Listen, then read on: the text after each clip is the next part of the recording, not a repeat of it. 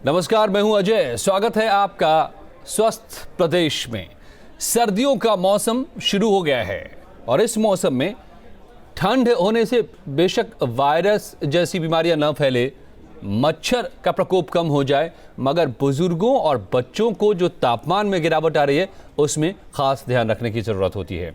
बुजुर्ग और बच्चे इस मौसम में सबसे ज्यादा परेशान हो सकते हैं या उन पर इसका असर भी हो सकता है, क्योंकि उनकी रोग प्रतिरोधक क्षमता में कमी होती है। तो ये इस मौसम में कैसे अपना ख्याल रखें, कैसे सर्दी के मौसम से होने वाली परेशानियों से खुद को दूर रखें, खासतौर से अपने स्किन का कैसे ध्यान रखें, बालों का कैसे ख्याल रखें, क्योंकि सर्दियों में इन पर आफत टूटती है, हमारे स्किन पर और हमारे बालों पर। ये सभी बातें हम करेंगे। मेरे साथ जुड़ रहे हैं खास मेहमान, एक्सपर्ट, हम उनसे बात करेंगे, मगर सबसे पहले आप देखिए ये रिपोर्ट।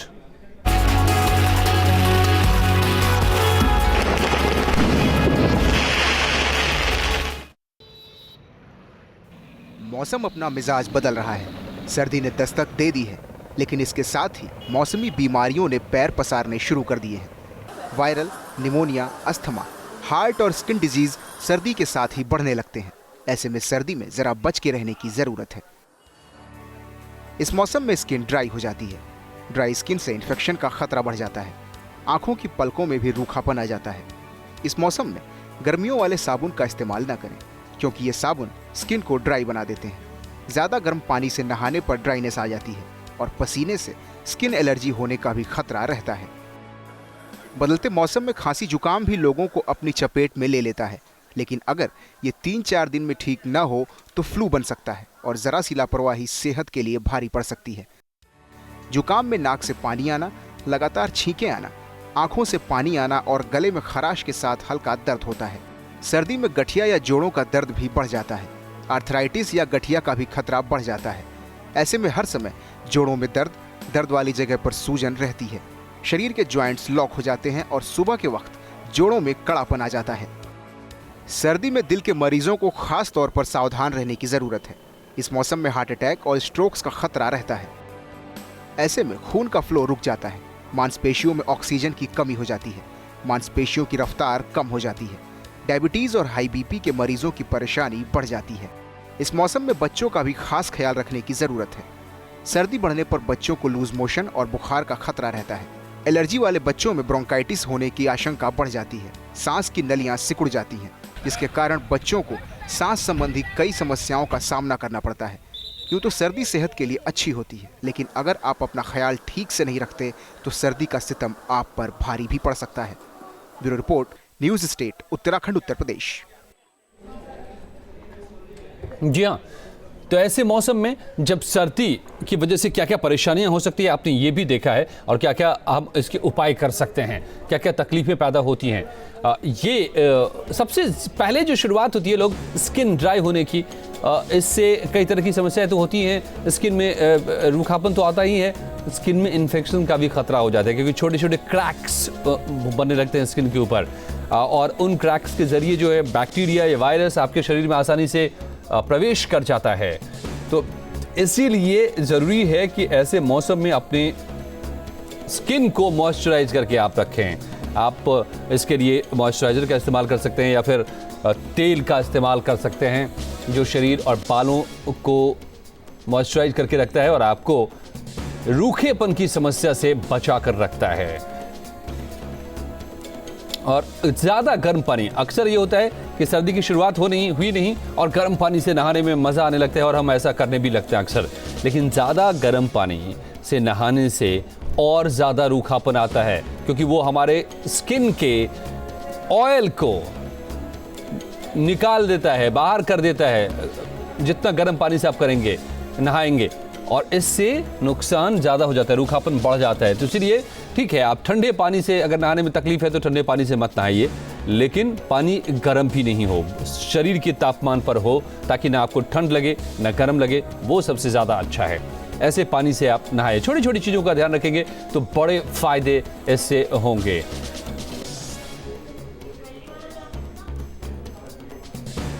मेरे साथ जुड़ गए हैं डॉक्टर ML वर्मा साहब, सीनियर फिजिशियन लखनऊ से। बहुत बहुत स्वागत है डॉक्टर वर्मा, आपका हमारे इस प्रोग्राम में। डॉक्टर साहब, हम आज बात कर रहे हैं, सर्दी के मौसम की शुरुआत हो रही है, तो हम हिंदुस्तानियों को, खास करके जो हम नॉर्थ इंडियंस हैं, जहां पर कड़ाके की सर्दी भी पड़ती है और अभी बहुत ज़्यादा गर्मी का भी हमने सामना किया है हाल ही में, तो ये जो मौसम का बदलाव हो रहा है हमारे शरीर पर क्या असर डालता है, किस तरह की तकलीफें पैदा कर सकता है? जी,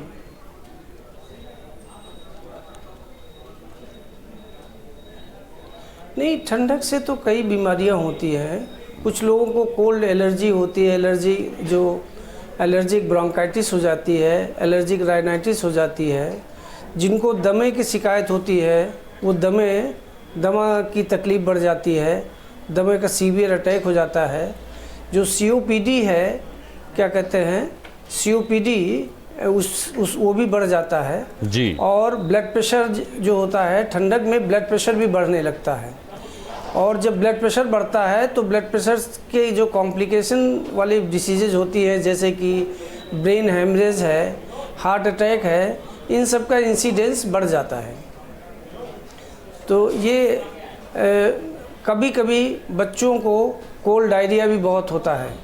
कोल्ड डायरिया हो जाता है तो लूज मोशंस भी ऐसा होता है। तो सबसे ज़्यादा रेस्पिरेटरी सिस्टम पे इसका असर आता है ठंडक से, सीजन से। खास तौर से ये जो ठंड के मौसम में और पॉल्यूशन जो है बड़े शहरों में, डॉक्टर साहब, नोएडा तो उसमें देश में जो ये उत्तर प्रदेश के शहर हैं वो अव्वल आ रहे हैं, चाहे वो लखनऊ हो, जो जहाँ पर दिल्ली से ज़्यादा पॉल्यूशन है, धुआं है, धूल है। ऐसे ही आगरा का हाल है, कानपुर का हाल है, नोएडा का हाल है, तो यूपी के शहर है, गोरखपुर का हाल है, तमाम जगहों पर पॉल्यूशन बहुत ज़्यादा है। तो ठंड में पॉल्यूशन की समस्या भी और ज़्यादा बढ़ जाती है, और जो रेस्पिरेटरी सिस्टम आप कहते हैं, श्वसन तंत्र जो हमारा है, वो ज़्यादा और उस पर बोझ बढ़ता है, परेशानी बढ़ती है।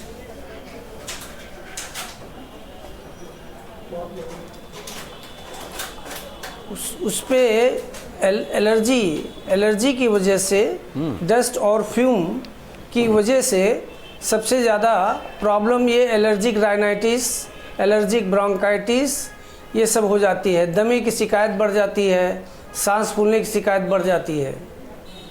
ये एलर्जी से ज़्यादा होता है जी। डस्ट फ्यूम और ये सब, जिन सबको एलर्जी है और उनको ये सब शिकायतें बढ़ जाती हैं जी। आदित्य जी हैं सहारनपुर से हमारे साथ, एक दर्शक जो आपसे पूछना चाहते हैं सवाल। आदित्य जी,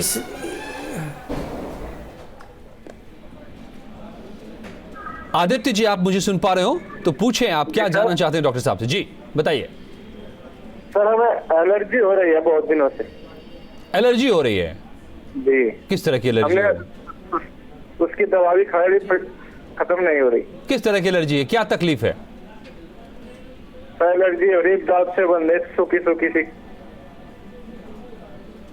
डॉक्टर साहब, आप सुन पा रहे हैं, क्या करना चाहिए आदित्य जी को? क्या परेशान? हाँ, आदित्य जी क्या बता रहे हैं? इनको बता रहे हैं कि एलर्जी काफी दिनों से हो रही है, दवाई भी ले रहे हैं, फिर भी नहीं एलर्जी दूर हो पा रही है।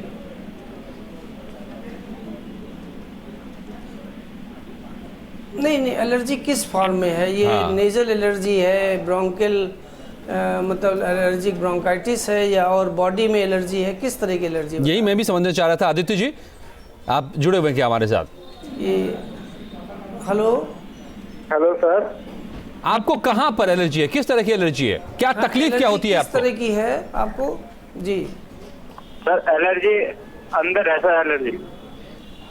नहीं, आप ये किस फॉर्म में है? क्या आपको नाक में प्रॉब्लम होती है, त्वचा पर, आपके स्किन पे प्रॉब्लम होती है, कहाँ पर दिक्कत आती है? चेस्ट इन्फेक्शन बना रहता है, क्या तकलीफ आती है? ये जब तक साफ नहीं आप कर पाएंगे तब तक डॉक्टर साहब कुछ सीधे हाँ जी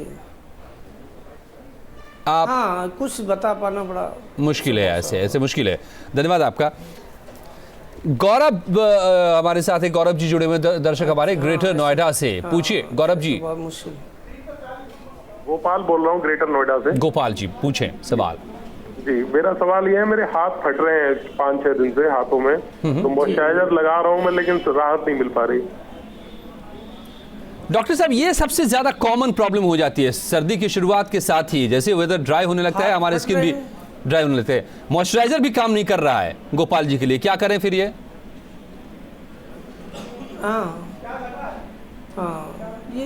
ये तो कोल्ड एलर्जी है। इसमें ये एक्चुअली ठंडक से बचें, ज़्यादा कोशिश ये करें ग्लव्स पहने, है ना, एकाएक सीवियर कोल्ड से बचें। अगर उससे ग्लव पहनने के बाद भी तकलीफ़ होती है तो एंटी एलर्जिक ऑइंटमेंट आते हैं, कुछ कार्टिसोन वाले ऑइंटमेंट लगा सकते हैं और स्किन स्पेशलिस्ट की सलाह ले सकते हैं। जी गोपाल जी, तो सिर्फ मॉइस्चराइजर नहीं बल्कि आपको ठंड के एक्सपोजर से बचाना होगा, स्किन को ग्लव्स वगैरह पहनना होगा और ज़रूरत पड़ने पे आपको सलाह भी लेनी पड़ सकती है। आनंद जी इलाहाबाद से जुड़े हुए हैं, सवाल आनंद जी। हाँ सर, हेलो जी बताएं। हाँ सर, समस्या ये है कि सर धीरे धीरे 6 से 7 साल से सर सर्दी होती है। हेलो, आपकी आवाज़ साफ नहीं आ रही है। हाँ सर, हेलो जी बताइए बताइए। सर समस्या ये है कि सर धीरे धीरे मेरे 6 से 7 साल हो गए हैं, तो सर्दी होती है लगातार। अच्छा। सर कम से कम एक बार तो सर्दी हो ही जाती है। सर्दी रहती है मतलब सर्दी जुकाम की प्रॉब्लम रहती है आप कह रहे हैं? हाँ सर, सर्दी जुकाम की प्रॉब्लम होती है सर, नाक में सर चुहल सी होती है, उसके कारण सर लगातार छींक आता है और आँख से पानी गिरती है सर। डॉक्टर साहब, ये जी इन्होंने जैसे जिस तरह बताया कि इनको अक्सर सर्दी रहती है, तो ये एंटी एलर्जिक होता है, एक एंटी एलर्जिक विद मॉन्टेल्यूकास, इसका प्रयोग कर सकते हैं। जैसे कि मॉन्टेर एलसी है जिसमें लिवोसिट्रीजिन प्लस मॉन्टेल्यूकास का कॉम्बिनेशन है। जहाँ तक इनकी आवाज़ से इतना ही समझ में आता है कि इनको रिकरेंट एलर्जी मतलब सर्दी बनी रहती है, तो ये एलर्जिक राइनाइटिस हो सकती है। उसकी वजह ये जो है एंटी एलर्जिक मॉन्टेल्यूकास के साथ ले सकते हैं। एंटी एलर्जी ले सकते हैं आप, और डॉक्टर से भी आपको मिल लेना चाहिए अगर लगातार ये समस्या बनी हुई है, ये एलर्जी हो सकती है आपकी। विजय शर्मा जी हैं राजस्थान से जुड़े हुए। विजय जी, ऐसे में एंटी एलर्जी टेस्टिंग भी कराना चाहिए। एंटी एलर्जी टेस्ट भी करा लेना चाहिए आपको। जी विजय शर्मा जी। जी एलर्जी टेस्टिंग कराना चाहिए। जी बताएं, पूछें आप कहाँ राजस्थान? जी सर राजस्थान से बोल रहा हूँ, विजय शर्मा जी। सर सवाल। मेरे एलर्जी हो रही थी, नाक से पानी आना सर्दी का मौसम चालू होते ही, और छींके आना बराबर, दिन में लगभग 150-200 छींके आना, नाक से पानी आना, ये इस प्रकार की मेरे को एलर्जी होती है। सिर्फ सर्दी का मौसम आते ही होती है, पहले नहीं होती है।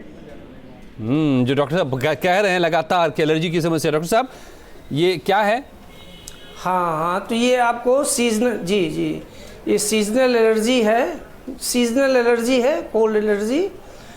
इसमें एंटी एलर्जिक और मॉन्टेल्यूकास के साथ लेना चाहिए, और अगर डस्ट फ्यूम से एग्रेवेट होती है तो उसको अवॉइड करें।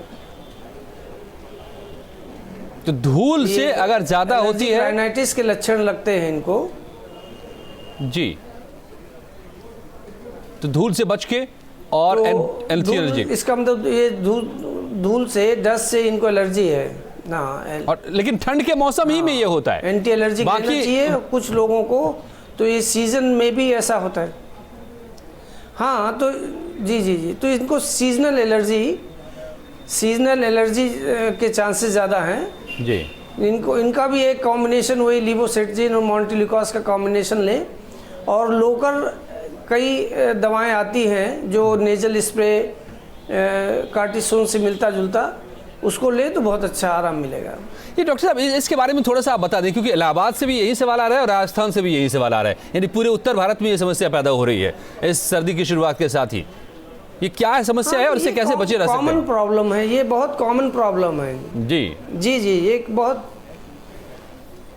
इससे मेन वही है कि जिस एलर्जन से डस्ट फ्यूम को बचाने के लिए या तो मुंह में मास्क का प्रयोग करें, है नहीं जी। और बहुत जो लोगों को इसके साथ में ड्रग जो बताया लिवोसिट्रीजिन मॉन्टेल्यूकास लें, इसके साथ कुछ थोड़ा बहुत अल्टरनेटिव मेडिसिन का भी प्रयोग कर सकते हैं, जैसे कि अनुलोम विलोम प्राणायाम है, तुलसी की पत्ती का अर्क लेप पिएं, जितनी बॉडी इम्यूनिटी बढ़ाने वाली चीज़ें हैं, विटामिन सी का प्रयोग करें।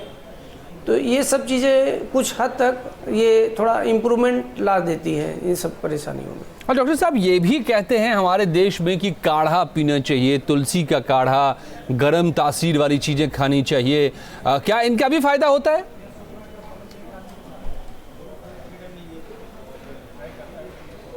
नहीं, ये तो होता ही है कुछ। भाई देखिए, ये क्या बॉडी इम्यूनिटी बढ़ाती है, और जब बॉडी इम्यूनिटी बढ़ती है तो वो एलर्जी कम हो जाती है।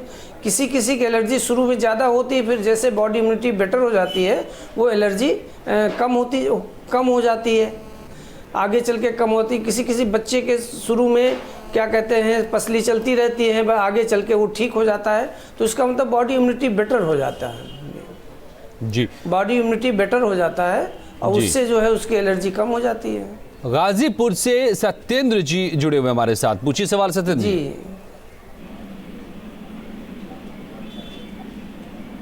बताइए सत्येंद्र जी, क्या तकलीफ?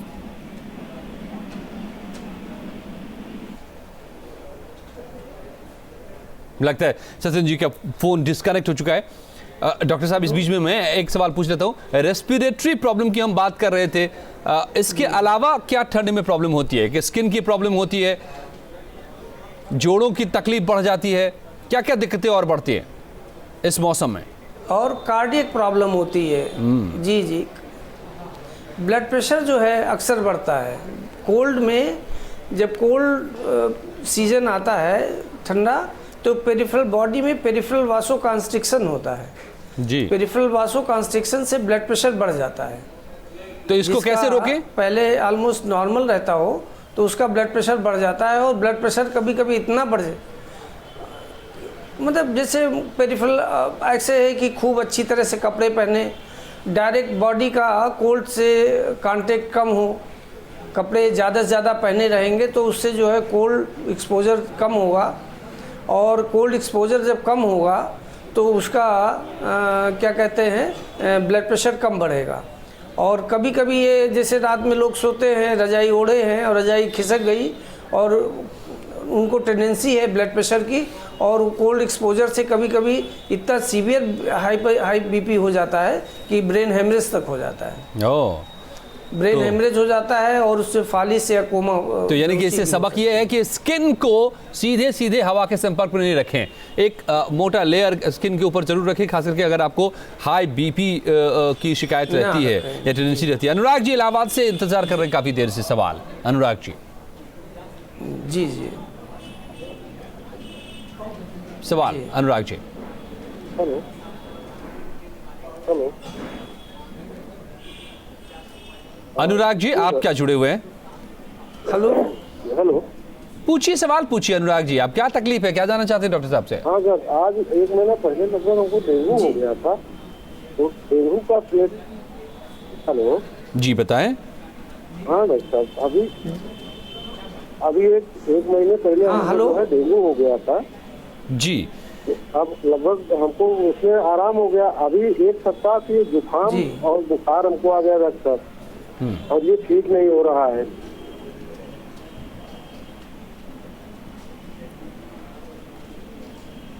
डॉक्टर साहब, नहीं, ये तो डेंगू से रिलेटेड नहीं है, ये सेपरेट एंटिटी है। ये तो या तो आपको वायरल इन्फेक्शन हुआ है या कोई एलर्जी की वजह से हो रहा है।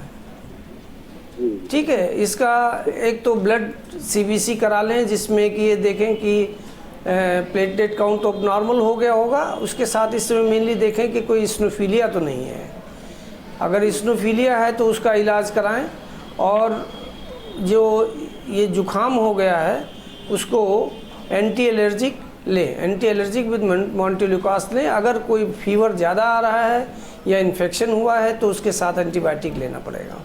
डॉक्टर साहब, तो बचाव, मेरे पास वक्त कम होता जा रहा है, मैं कॉल्स रोक रहा हूं कुछ। एक सवाल आपसे पूछ लूं कि इस मौसम में क्या क्या बचाव, ताकि ये सब समस्याएं ना पैदा हो?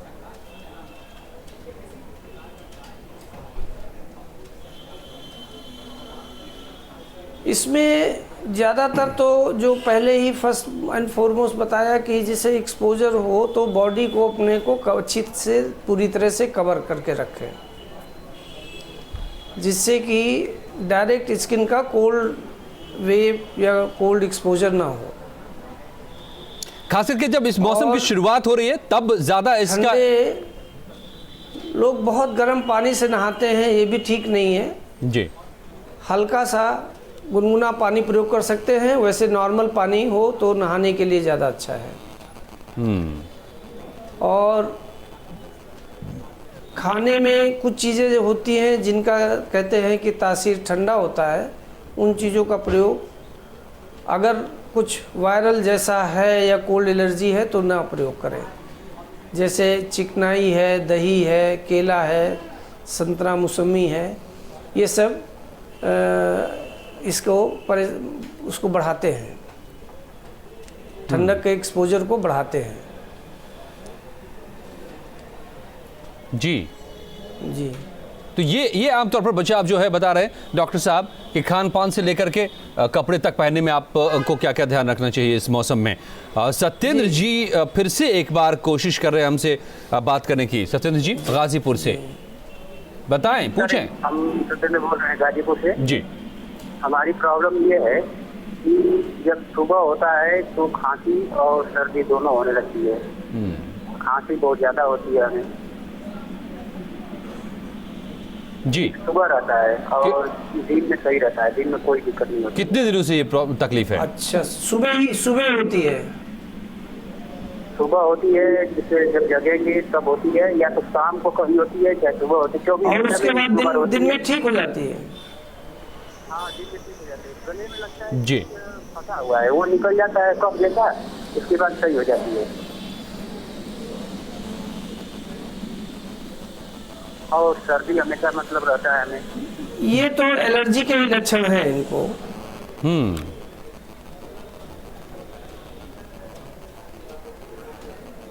जी डॉक्टर साहब, ये एलर्जी के ही लक्षण हैं इनको। ये एलर्जी की वजह से होता है। इनको एंटी एलर्जिक प्रयोग करना पड़ेगा, जैसे कि और पहले भी बता चुके हैं। एंटी एलर्जिक के साथ मॉन्टेलुकास लें और अपना खान पान का ध्यान रखें, और साथ में अल्टरनेटिव मेडिसिन योगा जैसे अनुलोम विलोम और विटामिन सी, ये सब का प्रयोग करें। जी, बच्चों में भी देखा जाता है ये लक्षण अक्सर इस मौसम में। जो छोटे छोटे बच्चे होते हैं, इन्फेंट्स होते हैं डॉक्टर साहब, तो जो आप एंटी एलर्जी की बात कर रहे हैं, क्या उन एंटी एलर्जी और जो दूसरी उसके साथ आप कौन सी दवाई कह रहे हैं लेने के लिए, और क्या ये बच्चों में भी इस्तेमाल कर सकते हैं पेरेंट्स? हाँ, ये दवा एंटी एलर्जिक जो है बच्चों में भी इस्तेमाल किया जा सकता है। जी, और उसके साथ आप कुछ बता रहे हैं बच्चों में भी इस्तेमाल किया जा सकता है साथ कभी। जी, एंटी एलर्जी के साथ में तो जैसे मान लिया ना, ये और मेजर्स हैं just to improve boost up, हाँ, टू इम्प्रूव द इम्यूनिटी। जैसे विटामिन सी है, तुलसी के पत्ते का अर्क है, और अनुलोम विलोम जो कर सकते हैं। तो बच्चे के लिए नहीं कह रहे हैं, तो एडल्ट्स के लिए है। तो ये सब साथ में लें, तो साथ में करें तो फ़ायदा होगा। तो सबसे अहम बात जो डॉक्टर साहब कह रहे हैं कि इस मौसम में सबसे पहला काम तो आपको करना चाहिए कि परहेज करना चाहिए। सीधे बहुत ज़्यादा ठंड नहीं लगे। अक्सर जब मौसम बदल रहा होता है तो हम गलती करते हैं कि आदत हमें रहती है गर्मियों की, कम कपड़ों में रहने की, और हम कम कपड़ों में रहते हैं और एहसास नहीं होता है, और सर्दी हमें लगती रहती है। इससे नुकसान होता है। और दूसरी दिक्कत होती है कि इसमें पॉल्यूशन भी बढ़ रहा है, एलर्जी होती है कई लोगों को, तो एंटी एलर्जी को उसके लिए लेने की ज़रूरत होती है। तीसरी बात डॉक्टर साहब कह रहे हैं कि गर्म तासीर वाली चीज़ें खाएं और ठंडी तासीर वाली चीज़ों को अवॉइड करें। तो इन बातों का ख्याल रखेंगे तो उम्मीद करते हैं कि आप इस बदलते मौसम में और सर्दी के असर से काफ़ी हद तक बचे रह सकते हैं और बचा सकते हैं अपने बच्चों को, बुजुर्गों को। बहुत बहुत धन्यवाद डॉक्टर ML वर्मा साहब आपका मेरे साथ जुड़ने के लिए इस प्रोग्राम में। यह था आज का स्वस्थ प्रदेश। यहाँ जारी है खबरों का सिलसिला।